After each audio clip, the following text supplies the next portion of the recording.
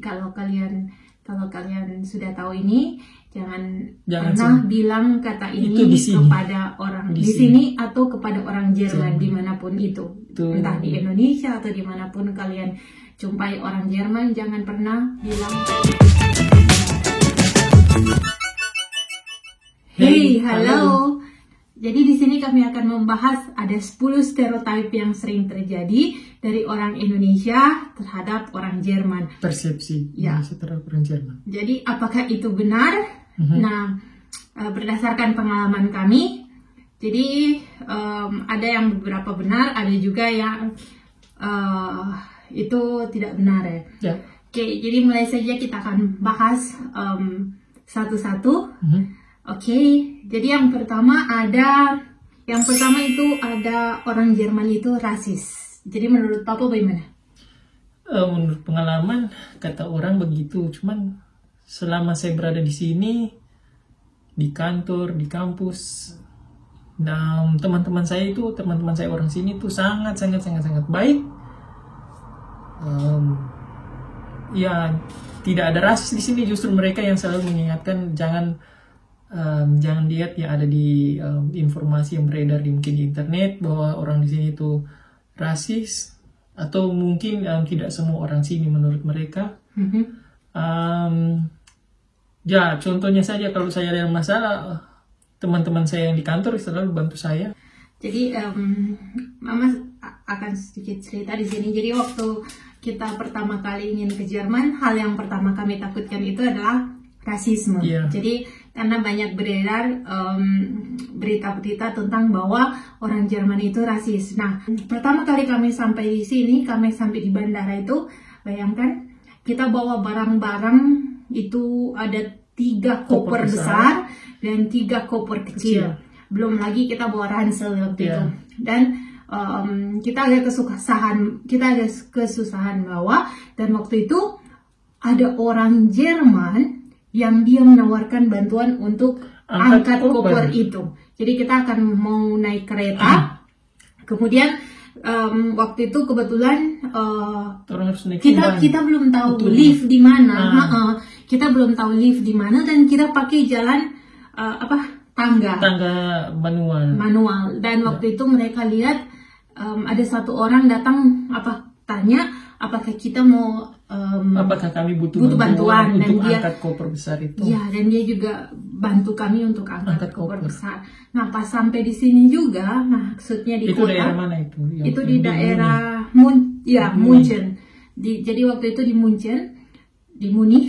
Nah, kemudian kita ke sini, jadi kita naik bus, kemudian kita sampai di kota kami sini, dan sampai di sini pun kita agak kesusahan cari alamat, dan waktu itu lagi ada orang lagi yang bantu kita. Dan waktu setelah itu kita dapat, dan kehidupan kami di sini, kami punya teman orang Jerman juga, dan kalau kita susah juga, mereka orang pertama yang bantu kita ya. Misalnya kita mau pindah rumah, mereka menawarkan jasa untuk bantu dan lain-lain. Pokoknya mereka bagai saudara sendiri ya kita di sini. Jadi untuk rasa rasisme itu tidak ada menurut kami. Dan di sekolah pun itu dikira kalau orang rasis itu bisa segera lapor polisi. Jadi guru akan segera tindaki, dan itu akan diurus sampai polisi. Jadi mereka sangat anti rasisme di sini. Ya, begitulah pengalaman kami tentang rasis. Dan next, jadi kita move ke top yang kedua. Yang kedua, bahwa orang Jerman itu Hitler atau Nazi. Menurut Papa? Mungkin sejarah seperti itu, tapi di sini untuk sebut nama Hitler saja itu sesuatu yang dilarang. Karena orang sini mereka sangat malu dengan masa lalu, khususnya masa lalu yang satu itu. Sebenarnya budaya mereka tidak seperti itu. Untuk sekarang ini tidak seperti itu. Jadi mereka itu sebenarnya sangat sedih kalau sampai ada orang yang bilang mereka itu Hitler atau Nazi. Jadi mereka sangat sedih. Itu sama menginjak-injak harga diri. Jadi itu itu dilarang sekali di sini. Untuk jadi menyebutkan kata itu saja dilarang. Nama itu dilarang. Itu kayak apa namanya? Kayak makian, penghinaan yang sangat berat. Contoh kalau kadang-kadang kalau menurut saya main game atau ya anak-anak main game, kemudian kami game online, kami pakai bendera Jerman. Nah biasanya di Uni Eropa kadang-kadang ada anak-anak dari tempat lain yang sudah sangat marah terhadap kami karena mainnya kurang bagus. Mereka akan sebut itu Hitler. Itu artinya penghinaan yang sebesar-besarnya untuk orang Jerman. Iya, jadi kalau kalian sudah tahu ini, jangan pernah bilang kata ini kepada orang di sini atau kepada orang Jerman dimanapun itu. Entah di Indonesia atau dimanapun kalian jumpai orang Jerman, jangan pernah bilang kata Nazi atau Hitler karena itu sangat membuat mereka sedih dan tidak sopan. Dan kalau di sini kita bisa kena denda dan kita bisa berurusan dengan polisi. Oke. Yang ketiga itu adalah on time. Jadi orang Jerman itu on time. Ya, jadi itu amat sangat benar. Jadi orang Jerman itu, kita kalau buat janji dengan orang Jerman, usahakan 5 menit sebelum jam janjian kita itu sudah harus ada. Jadi kalau on time itu kalau janjian jam 8, tapi kalau orang sini bukan on time tapi in time. Ya. Jam 8 in time artinya sebelum jam 8 harus sudah siap. Jadi jam 8 itu artinya kalau kita akan mulai meeting, biasanya grup kami itu kalau mulai meetingnya contoh jam 8 atau biasa jam 12 siang. Jam 12 siang tank itu artinya mulai meeting. Jadi 2 menit, 3 menit sebelum jam 12 kami harus masuk ke dalam ruangan meeting dan duduk sudah siap. Pas jam 12 menit tank ya mulai. Entah ada atau tidak lengkap pun harus segera mulai karena waktu itu sangat berharga. Kalau tidak mulai berarti meeting itu tidak menghargai orang yang sudah datang terlebih dahulu. Jadi kalau yang datang terlambat itu biarlah dia yang nanti cari informasi kalau dia sudah terlambat. Dan itu sangat memalukan untuk datang terlambat. Bagi orang Jerman kalau mereka terlambat itu sangat memalukan. Biasanya kalau untuk terlambat 10 menit, kalau mungkin di bawah 10 menit, kadang di jalan sempat lupa untuk menginformasikan terlambat. Tapi kalau sudah di atas 10 menit biasanya sudah informasi. Maaf, saya terlambat karena ini. Jadi kalau misalnya kita tahu di jalan kita akan terlambat, harus info terlebih dahulu. Jadi kita akan terlambat 10 menit dan kita tidak bisa infokan seperti sorry kita akan datang terlambat. Jadi mereka mau kita akan datang terlambat berapa atau berapa menit. Oke, jam 8 lewat misalnya 30 menit, jam 8 lewat 10 menit begitu. Jadi mereka tidak mau cuman bilang, oh sorry kita datang terlambat tanpa harus menyebutkan jam. Jadi orang di sini memang itu waktu itu berharga untuk mereka. Jadi mereka hargai sekali waktu. Karena di sini semua bekerja dengan waktu. Ya. Karena banyak harus dikerjakan tapi waktu terbatas. Next Papa. Dingin. Jadi orang Jerman itu dingin. Iya, bukan dingin sebenarnya. Kalau menurut saya mereka itu takut menyinggung perasaan orang, takut berbuat salah, takut dianggap orang sesuatu yang sok tahu atau ingin campur. Mereka paling tidak suka itu dianggap ingin campur urusan orang lain atau sok tahu. Jadi kita kalau misalnya kita orang baru, jangan harap mereka akan tegur kita. Jadi harus kita tegur mereka duluan. Jadi pas kita tegur mereka duluan, itu membuat mereka bilang, oh oke, ternyata mereka mau berteman dengan kita begitu.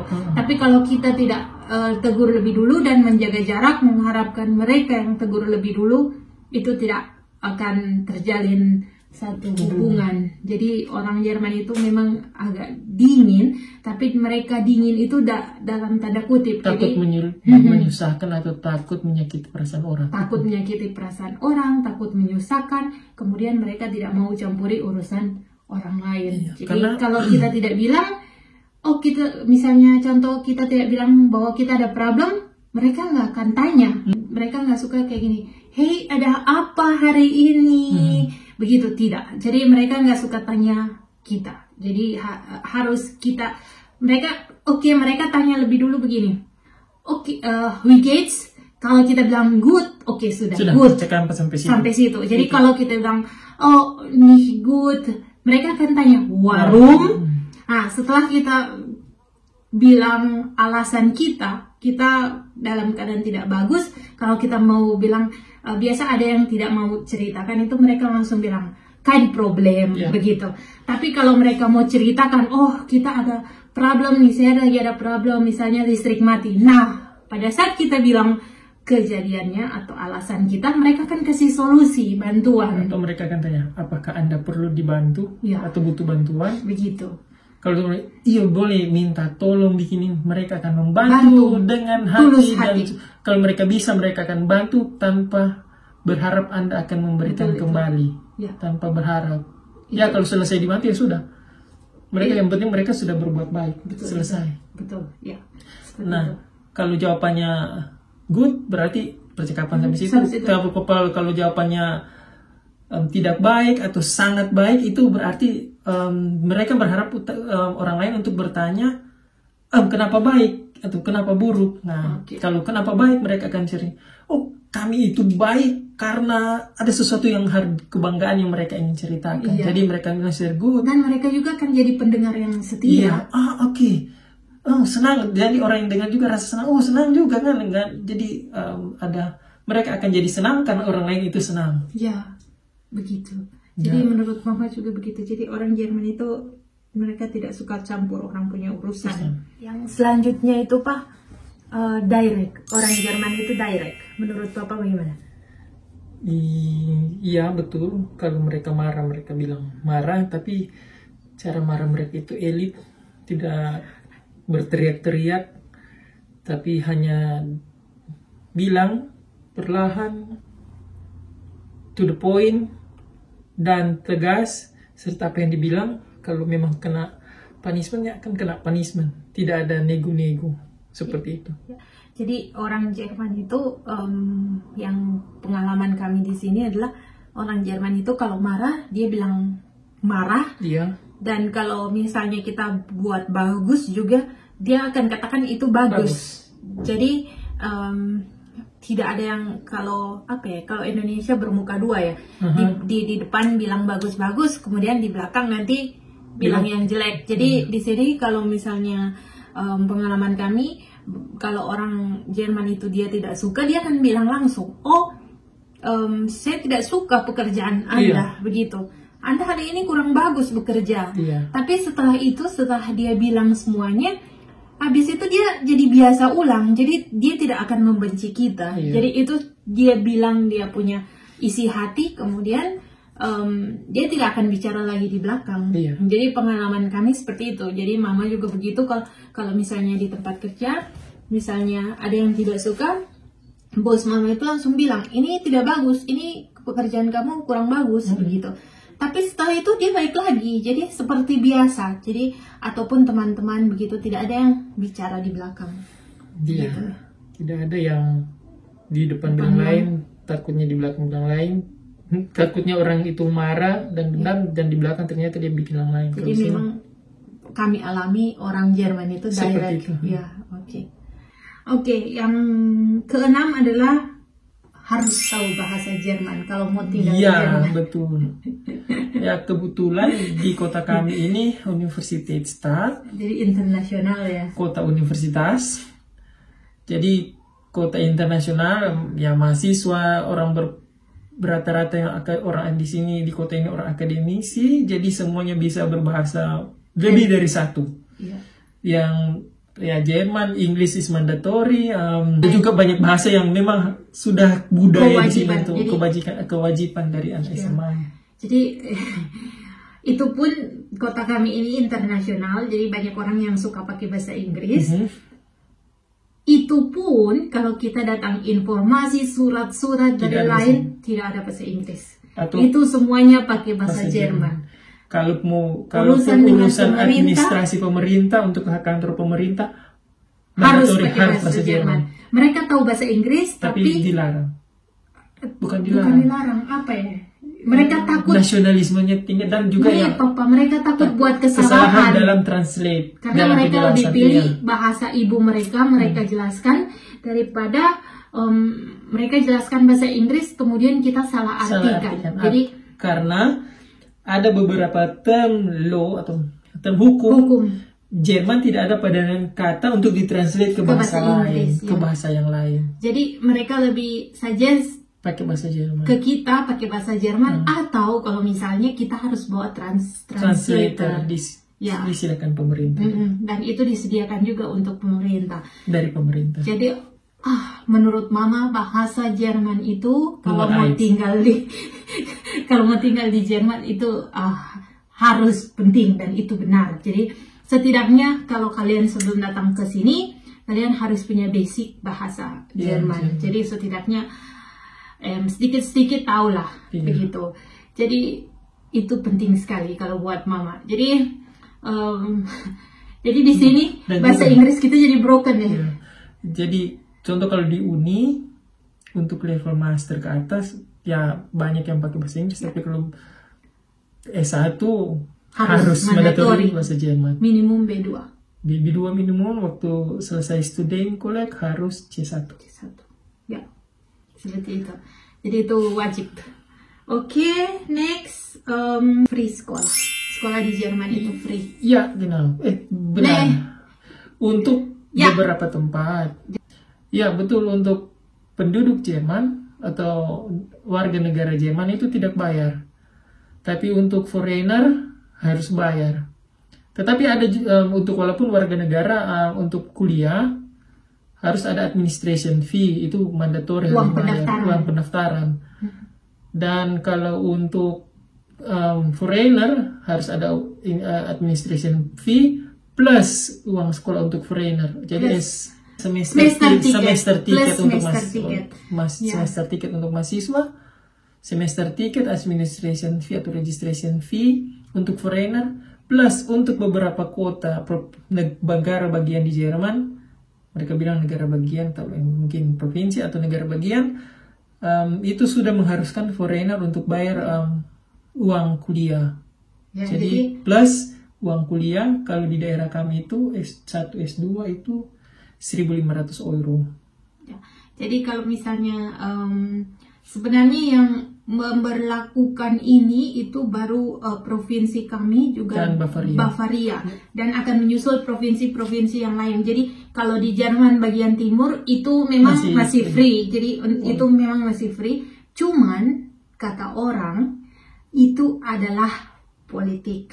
Jadi kata orang-orang Jerman di sini itu adalah politik.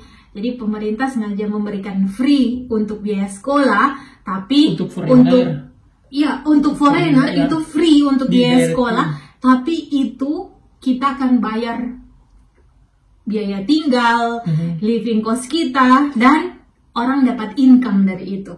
Jadi industri akomodasi. Ya, jadi itu adalah salah satu taktik juga untuk orang, maksudnya pemerintah di sini, kata beberapa teman Mama yang bercerita bahwa itu adalah salah satu taktik pemerintah untuk memberikan free untuk sekolah, tapi tidak untuk biaya hidup. Jadi biaya hidup di sini agak memang sedikit tinggi. Jadi biar orang yang punya rumah itu bisa dikontrakkan. Jadi ada bisnis di situ. Dan yang kedua, di timur itu free supaya mahasiswa ke timur, karena di daerah barat ini jadi daerah incaran, sekarang itu mereka mencoba untuk menghilangkan kata timur barat, jadi lebih daerah selatan sini, jadi daerah selatan dan barat, Bavaria dan Baden-Württemberg, untuk orang-orang datang bersekolah di sini dari orang-orang Eropa atau orang dari foreigner. Karena di sini katanya lebih internasional dan juga banyak industri-industri teknologi itu di sini, dan tingkat pendidikan juga menurut teman-teman saya ya ada struktur juga tingkat pendidikan yang di sini juga yang lebih tinggi. Cuman masalahnya pajak juga lebih tinggi. Jadi kalau untuk penelitian Anda harus membayar pajak lebih tinggi. Sesuai dengan income Anda. Jadi jadi mereka lagi gencar-gencarnya untuk supaya student foreigner itu juga untuk orang-orang, jadi bukan cuma student, jadi untuk foreigner, pekerja, expat itu terpencar. Jadi bukan cuma terpusat di daerah barat, jadi bisa juga ke arah-arah atas, utara dan timur di atas katanya. Begitu. Jadi itu salah satu juga bagian dari politik. Katanya, Mama juga kurang tahu pasti. Nah, oke, next. Tetapi biaya hidup di timur juga agak lebih murah daripada di daerah sini. Iya, itu nanti soal biaya hidup kita akan bahas di next video. Jadi ada video lain kita akan bahas soal biaya hidup. So, ya, di Jerman banyak aturan. Betul. Semuanya itu diatur oleh hukum supaya masyarakat itu hidup dengan lingkungan yang teratur. Ya, jadi kalau kita tidak terbiasa dengan aturan, untuk datang ke sini agak susah. Iya. Jadi harus berbiasa kita menurut dan saling menghargai. Dan itu juga berhubungan dengan yang selanjutnya, Pak. Birokrasi. Ya. Semua masalah administrasi di sini luar biasa, ada birokrasinya. Ya. Kita tidak bisa jam-jam. Tidak bisa kita harus lompat-lompat. Dan semua ada masa tunggu, bukan instan. Mungkin kalau saya biasanya, kalau dulu cuma datang, pergi pagi, tunggu sedikit, selesai siang. Kalau di sini tidak ada, harus buat janjian dulu, termin dulu. Kemudian setelah itu masukkan berkas, dicek, ada konfirmasi, klarifikasi lagi, balik kembali, datang kembali itu berapa lama. Jadi untuk satu surat itu bisa panjang, Anda juga bisa lihat di internet. Ya, itu birokrasi itu. Betul. Mungkin kalau yang terbiasa tanpa birokrasi atau birokrasi yang super cepat, katanya harus cepat, akan agak ribet untuk awal-awal, tapi lama-lama juga akan terbiasa. Birokrasi panjang, tapi sebenarnya dampak sisi baiknya adalah semua itu teratur di birokrasi sehingga tidak ada yang selundupan seperti itu. Tidak ada di bawah meja. Di bawah meja. Untuk birokrasi di sini agak panjang. Contoh begini nih, visa mau habis. Jadi visa mau habis. Jadi kita tidak bisa. Jadi kalau di Indonesia tuh KTP habis 2 hari sebelum habis, kita bisa langsung pergi bikin. Kalau di sini 3 bulan. Di sini sebelum visa Anda habis 3 bulan, kalian itu udah harus melaporkan diri dan sudah mulai harus melaporkan diri dan sudah mulai harus prepare mau urus itu. Nah, dokumen sudah mulai dipersiapkan dan sudah mulai dikirim. Itu dia. Jadi mereka akan cek dokumen untuk. Jadi kalau misalnya kita late ya, bye bye. Ya, jadi paling kurang itu 1 bulan lah. Jadi 1 bulan itu pun itu orang Manado bilang sobaku cakar. Jadi sobaku cakar itu memang. Jadi untuk supaya kita bisa maksimal itu minimum 3 bulan. Jadi 3 bulan. Kalau kita paksa 1 bulan, ada juga yang 1 bulan, tapi itu orang bilang sobat cakar. Kalau orang Manado bilang sobat cakar. Dan sedikit agak memaksakan contoh kantor imigrasi dan untuk memproses dokumen mereka. Kalau ketemu karyawan yang baik mungkin akan dilayani, tapi kalau yang strict, dia bilang sesuai aturan dan jalan sesuai aturan. Salah Anda kan Anda datang terlambat. Itu dia. Jadi ya begitulah. Kemudian next, Pak. Next itu adalah yang terakhir, yang ke-10, pendidikan di Jerman itu bagus. Iya, menurut saya itu sangat benar. Karena bisa dilihat di sini dari sekolah. Sistemnya yang baik. Sangat-sangat baik. Dari sekolah dasar memang sudah anak-anak itu diajar untuk memilih sesuai dengan hobi dan bakat. Dan juga sistem pendidikannya ada anak-anak yang suka belajar dari praktek. Dan dari uni. Dan ujung-ujungnya mereka bekerja dengan standar gaji yang agak-agak mirip. Jadi tidak ada kesenjangan yang sangat jauh antara yang sekolah melalui praktek dan sekolah dari uni. Jadi menurut Mama begini. Jadi anak-anak di Jerman itu tidak dipaksakan semuanya harus ke universitas. Jadi dia dibagi. Jadi ada anak yang, jadi mereka saring itu pas kita masuk SD. Jadi dari SD sampai kelas 5 ya. Sampai kelas 5 SD itu masih sama-sama. Jadi masih satu, dan dari situ guru akan menilai. Jadi guru akan menilai mana anak ini yang bisa ke sekolah gimnasium dan mana ada anak yang bisa ke Realschule. Jadi kalau gimnasium itu memang anak diperhatikan, memang anak yang mau belajar, anak yang rajin dan itu bisa untuk ke uni. Tapi kalau di Realschule itu anak-anak yang dipersiapkan untuk langsung kerja. Jadi mereka lihat mana anak-anak yang lebih ke praktikal seperti itu. Jadi mereka lebih dipersiapkan untuk kerja. Dan kalau anak Realschule bukan berarti mereka tidak bisa ke uni. Bisa juga ke uni. Ya, bisa juga ke uni. Jadi cuman di sini mereka lebih ke begini. Jadi ada anak-anak yang di masa remajanya mereka tuh malas belajar. Jadi masih gaul-gaul, masih mau bergaul. Itu orang di sini maklumi. Jadi nanti di masa misalnya ada orang yang misalnya dewasa dan dia sadar, wah ternyata kita butuh ke uni juga. Nanti dia bisa ambil penyetaraan dan itu bisa untuk dia ke uni. Dan atau nanti dia setelah bekerja dan tempat kerjanya yang suggest dia ke uni ya Pak. Karena untuk naik naik posisi jabatan, contoh jabatan ini membutuhkan gelar dari uni level ini. Dan dari tempat kerja itu melihat dia ternyata bisa, karena di tempat kerja human tempat kerja bisa melihat dan menawarkan, dan jika diambil dia akan berkuliah di uni. Kalau di gimnasium untuk akhir studinya mereka ada abitur. Atau di Indonesia bilang ujian nasional. Dan ujian nasional di sini ujian yang paling besar. Jadi ujian seumur hidup. Untuk seumur hidup. Dan Anda akan diberikan kartu, dan kartu ini sebagai kartu masuk untuk pekerjaan, untuk uni. Jadi contoh di uni ada standar abitur berapa untuk program studi ini. Di setiap program studi berbeda standar abitur. Dan itu abitur, dan mereka selesai abitur itu mereka akan 1 tahun libur. Jadi orang setelah abitur itu bisa libur selama 1 tahun. Jadi mereka disarankan libur karena mereka itu prepare 2 tahun untuk abitur.